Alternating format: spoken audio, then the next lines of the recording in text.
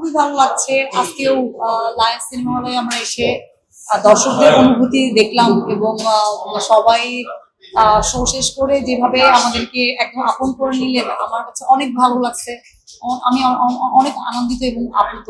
Rockstar আমার কাছে তো অনেক ভালো লাগছে, কারণ এটা টেকনিক্যালি এত সাউন্ড একটা মুভি। আমরা তো আসলে ইন্টারন্যাশনাল ফিল্ম তো অলওয়েজ দেখি, আপনারা সবাই দেখেন, তাই না? আমাদের আসলে ইচ্ছাটাও এরকম যে আমাদের বাংলা সিনেমার প্রতিটা ফ্রেম যেন ভেরি কম্পোজ হয় এবং কোয়ালিটিফুল হয়, যেটা আসলে রকস্টার, যদি আমি নিজেকে দর্শক মনে করি, সো আমি রকস্টার সিনেমাটা দেখে আমি ওই কম্পোজিশন, কম্পোজ ফ্রেম আমি দেখতে পেয়েছি এবং কোয়ালিটিফুল প্রতিটা corner very posh and premium কোয়ালিটিফুল আমি জিনিস পেয়েছি। রকস্টারের গানগুলো অনেক স্লো পয়জনের মতো আপনাদের হৃদয়ে জায়গা করে নিবে, যেটার প্রতিটা মিনিং যদি আপনারা রিলেট করেন, প্রতিটা সিচুয়েশন আপনাদের জীবনের কোনো না কোনো মুহূর্তের সাথে মিলে যাবে এবং আপনাদের হৃদয়ে জায়গা করে নিবে।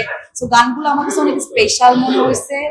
অলসো দ্য লাস্ট সিন, যেখানে সাকিব খানকে আমরা স্যাড একটা মোমেন্টের মধ্যে দেখি, ওই গানটা এবং ওই মোমেন্টটা আমার কাছে অনেক অনেক হৃদয় ছুঁয়ে গেছে।